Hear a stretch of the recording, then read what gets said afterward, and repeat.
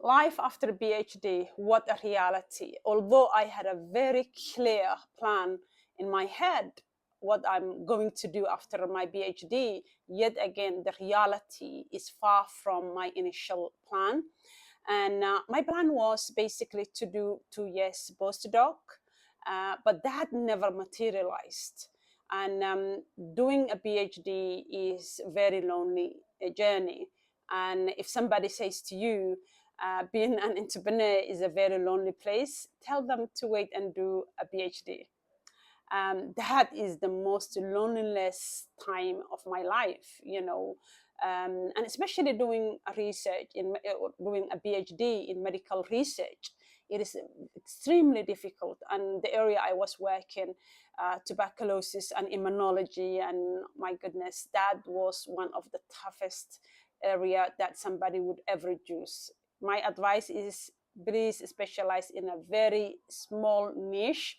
Don't overcomplicate the matter. I remember my research PhD committee, after my second year of reviewing or review meeting, he said, like, they looked at the amount of work I have done, and they looked the amount of work I was planning to do, and I had like 1 year left, and they said, this work, that you are doing, everything is worth, more than almost three PhDs. So they told me to slow down and focus the key aspect.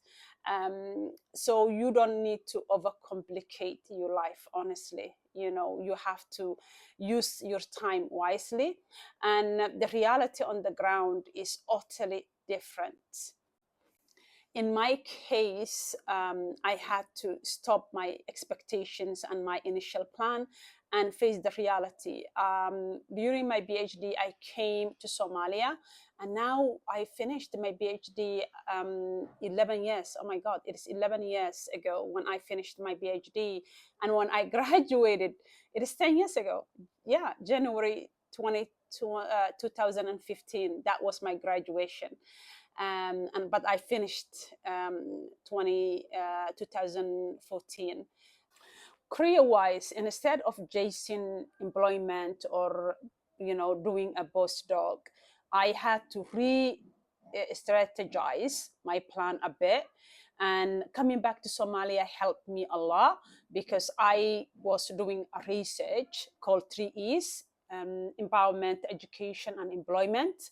That allowed me to identify what I'm going to do to help my community back in Somalia. So how do you overcome things like, burnouts or identity crisis? A friend of mine was asking me. Honestly, I was overworked, and I'm still overworked, but that has been part of my life since I was a little girl. For some reason, I thrive better. I do better work when I'm overloaded. I don't know why. Obviously, I take time off and I sleep a lot when I get the opportunity, especially when I'm back home in the UK. I just like sleep, at least a day or two, and do nothing other than sleep and eat and talk to the family.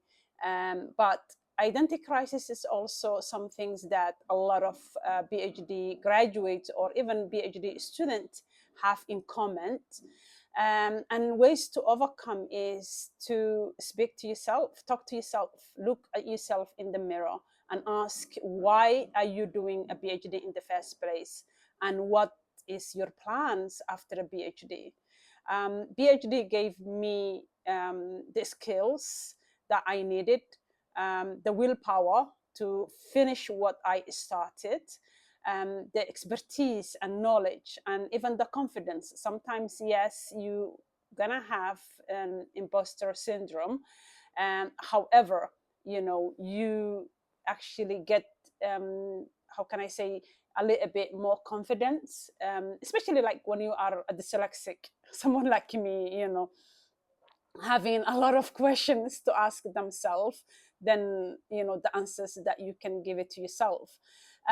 So one of the things that you need to do is to face the reality. And even if you don't find the right work that you need to do, my goodness, start one. Be an entrepreneur. Yes, it's not easy. Saying it easy, but doing it is difficult. But find mentors, coaches that could help you as well. When I first came to Somalia, before, like while I was actually still setting up Hano Academy, I had to try to find jobs, and there were opportunities, especially I was doing voluntary work for the Somali National TB program.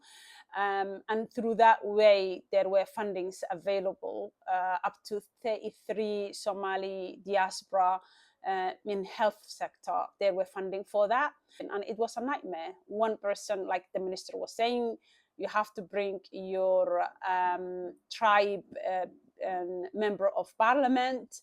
The other person, was saying in the ministry, the DG, oh, you are overqualified. So there was a big challenge. After a PhD, one point you have people telling you that you are overqualified, and others asking you to bring, your tribe MP. And to me, it was like, if my CV and my hard work, after completing 5 university degree in the UK, doing all of this work experience that I had under my belt, if that is not enough, honestly, I decided not to ever look for jobs. And every time if I try to look for employment, I get a lot of roadblocks. And it was very difficult to overcome. But thank God, like that allowed me to have the willpower and the determination to create more jobs, create more opportunity and make a difference for somebody else who don't have the resources or the skills or even the opportunities that I have. What I wish I knew. Here are what I really wished someone told me before I finished my PhD. Number one, the perfect job doesn't exist. You need to actually realize that you need to create your own opportunity. In my case, I had multiple opportunity, multiple choices. I get a job in Saudi Arabia. I was able to do my postdoc in the UK, but I yet again, I was still doing voluntary work in Somali TB program, and I planned my future well ahead before I finished. But yet again, I have realized that there is no perfect job, so I had to create my own opportunity. Number two, you need to know that PhD is a tool, not a ticket. You have to learn how to market your skills. Number three, academia is just an option. You need to know that there are other options out there. Number four, networking is everything. Start building relationships and connections while you are doing your PhD. So if you are navigating life after PhD, trust me, you are not alone. The journey is tough, but it is full of possibility.